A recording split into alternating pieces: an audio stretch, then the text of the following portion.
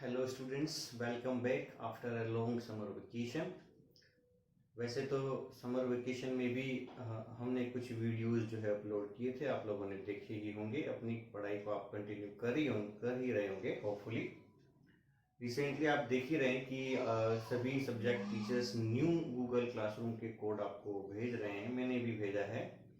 और उसके पीछे कारण ये है कि केवीएस इसको एक ऑफिशियल वर्क बनाना चाहता है, ताकि जो भी टीचर काम कर रहा है या फिर जो बच्चे काम कर रहे हैं उनको वो भी ऑब्जर्व कर सके। यानी आपके किए गए कार्य को अब प्रिंसिपल सर भी ऑब्जर्व कर पाएंगे, या उनके ऊपर बैठे जो ऑफिसर्स हैं वो भी देख पाएंगे कि एक्चुअल पढ़ाई हो रही है या नहीं हो रही है, या बच्चे काम कर रहे हैं या नहीं कर रहे हैं।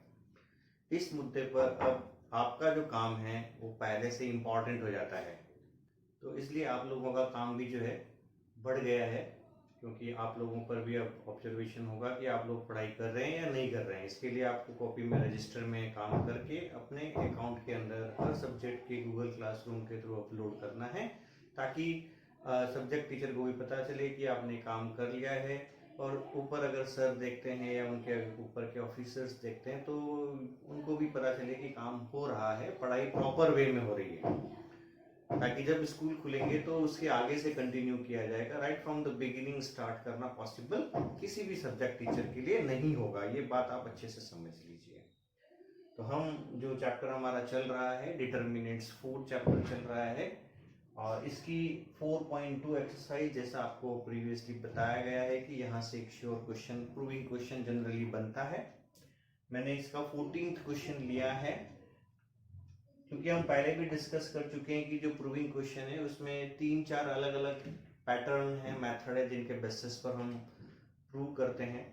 यहाँ पर इसका जो पैटर्न है, मेथड है, थोड़ा प्रीवियस क्वेश्चन से अलग है। इसको समझना है कि a square plus 1 a b a c a b b square plus 1 b c c a c b and C square plus 1, इस डिटर्मिनेंट को हमें प्रूव करना है 1 plus a square plus b square plus c square से, using properties of determinants. Properties आप सभी अच्छे से सीख चुके हैं, और जिन्होंने नहीं सीखा है तो आप अपने पुराने गूगल क्लासरूम में जो वीडियो अपलोडेड है उसके थ्रू आप समझ सकते हैं। इन क्वेश्चन में राइट साइड जो होता है हमें बहुत कुछ इंडिकेशन देता है कि किस तरह से हम प्रूव करना चाहते हैं। ऑब्वियसली ऐसा किसी पर्टिकुलर रो में आने पर ही हम इसको कॉमन ले पाएंगे, और हमारी जो ट्राई रहती है जनरली कि हम किसी एक रो या कॉलम में 1-1 बना दें, 1-1-1 बना दें, 2 जगह 0 बना दें, एक्सपांड कर लें, इस तरह का सिस्टम रहता है। लेकिन यहाँ पर अगर हम देखते हैं तो ऐसा कुछ भी यहाँ पर हमें नहीं दिख रहा है कि हम कॉमन लेकर के स्टार्ट कर पाए। तो यहाँ पर हम एक नया मेथड यूज करेंगे, उसको हम बोलते हैं मल्टीप्लाई करना एंड डिवाइड करना, मल्टीप्लाई एंड डिवाइड। तो उसका क्या तरीका है देखिए। तो यहाँ पर मैं क्या कर रहा हूँ, मल्टीप्लाई एंड डिवाइड यूज कर रहा हूँ। कैसे यूज करते हैं डिटर्मिनेंट में मल्टीप्लाई एंड डिवाइड? तो ये देखिए, ए बी सी से मल्टीप्लाई किया, ए बी सी से डिवाइड किया, और ये मैंने एज इट इज यहाँ लिख दिया, a square plus 1 a b a c a b b square plus 1 b c c a c b and C square plus 1। This is called multiply and divide. किससे किया है? ABC से multiply किया है, ABC से divide किया है। Then यहां पर देखिए, ये जो एबीसी है न्यूमरेटर वाला पार्ट, इसको मैं अंदर मल्टीप्लाई करना चाहता हूं डिटर्मिनेंट्स में। और हम अच्छे से जानते हैं, प्रॉपर्टीज में हमने पढ़ा है कि जब हम मल्टीप्लाई करते हैं किसी स्केलर से तो किसी एक रो या किसी कॉलम से मल्टीप्लाई होता है। तो मैं यहाँ पर ए से मल्टीप्लाई करूंगा रो 1 को, बी से रो 2 को, सी से रो 3 को, इस तरह से मल्टीप्लाई करता है। देखिए, ए से अगर इधर मल्टीप्लाई किया जाए तो ये बनेगा ए cube plus a square B, A square सी। और सेकंड रो को बी से मल्टीप्लाई किया जाए तो ये बनेगा a b square b cube plus b और बी स्क्वायर सी। सी से मल्टीप्लाई किया जाए c square a, c square b and c cube plus c. यानी हमने क्या किया है, हमने रो 1 रो 2 रो 3 को ए बी और सी से मल्टीप्लाई किया है।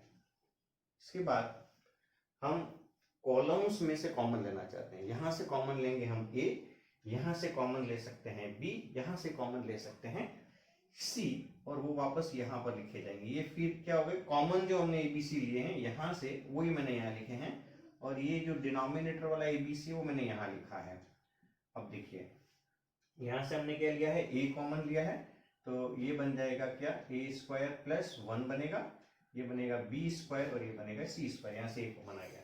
ऐसे यहाँ से बी कॉमन लेते हैं सेकंड कॉलम में से, तो ये बनेगा ए स्क्वायर, ये बनेगा बी स्क्वायर प्लस 1 और ये बनेगा सी स्क्वायर, और यहाँ से हम क्या कॉमन लेना चाहते हैं, सी कॉमन लेना चाहते हैं, तो ये बन जाएगा आपका क्या, ए स्क्वायर, ये बी स्क्वायर और ये सी स्क्वायर प्लस 1 बन जाएगा, और ये फिर से क्या हो गया, कैंसिल हो गया। जो हमने मल्टीप्लाई डिवाइड किया था वो पार्ट कैंसिल आउट हो गया।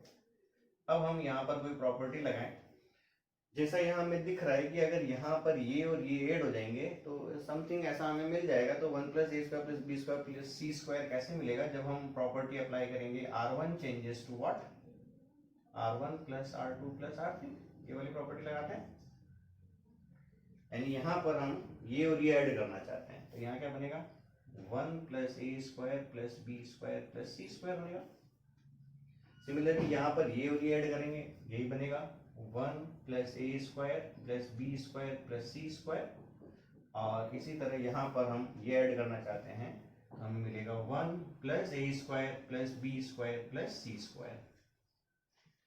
और रो 2 रो 3 को मैं एज इट इज लिख देता हूँ, बी स्क्वायर सी स्क्वायर बी स्क्वायर प्लस 1, यहाँ c square B square and C square plus 1। I think बात समझ में आ गई आप लोगों को।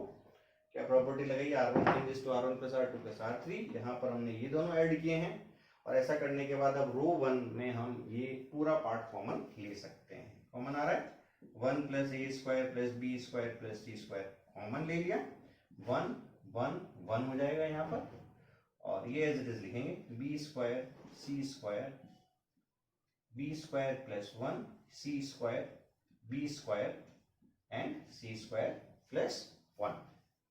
और जब 3 जगह 1 होते हैं तो 2 जगह 0 बनाना हमारे लिए आसान होता है, और इसके लिए हम कॉलम्स को सबट्रैक्ट कर लेते हैं, प्रॉपर्टी यूज करते हैं, C1 changes to C1 minus C2 और C2 changes to C2 minus C3। C1 में से C2 माइनस करेंगे, C2 में से C3, ये कॉलम 1 कॉलम 2 कॉलम 3, 1 माइनस 1 तो यहाँ पर आ जाएगा 0, दिस माइनस दिस तो यहाँ आ जाएगा -1, दिस माइनस दिस तो यहाँ आ जाएगा 0, दिस माइनस दिस यहाँ 0 आ जाएगा, दिस माइनस दिस 1 हो जाएगा, this minus this -1, 1 b square and C square plus 1, और यहाँ पर 1 plus a square plus b square plus c square जो कॉमन था वो एज इट इज ही रहेगा, ये कॉमन चल ही रहा था।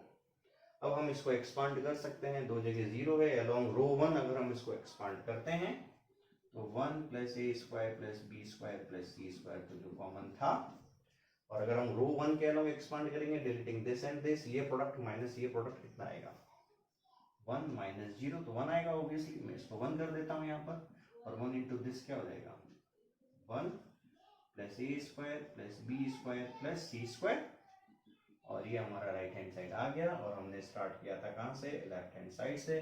तो इस तरह से यहाँ पर जो हमने एक मेथड यूज किया है वो पिछले कुछ क्वेश्चन से थोड़ा अलग है। मल्टीप्लाई डिवाइड का कंसेप्ट भी हम कुछ क्वेश्चंस में लगा सकते हैं। इस तरह से आपका जो आज का काम है कि अगर आपने 4.2 कंप्लीट नहीं किया है तो 4.2 तक का काम आप कंप्लीट करिए और अपने अकाउंट में अपलोड करिए। ठीक है, बात समझ में आ गई?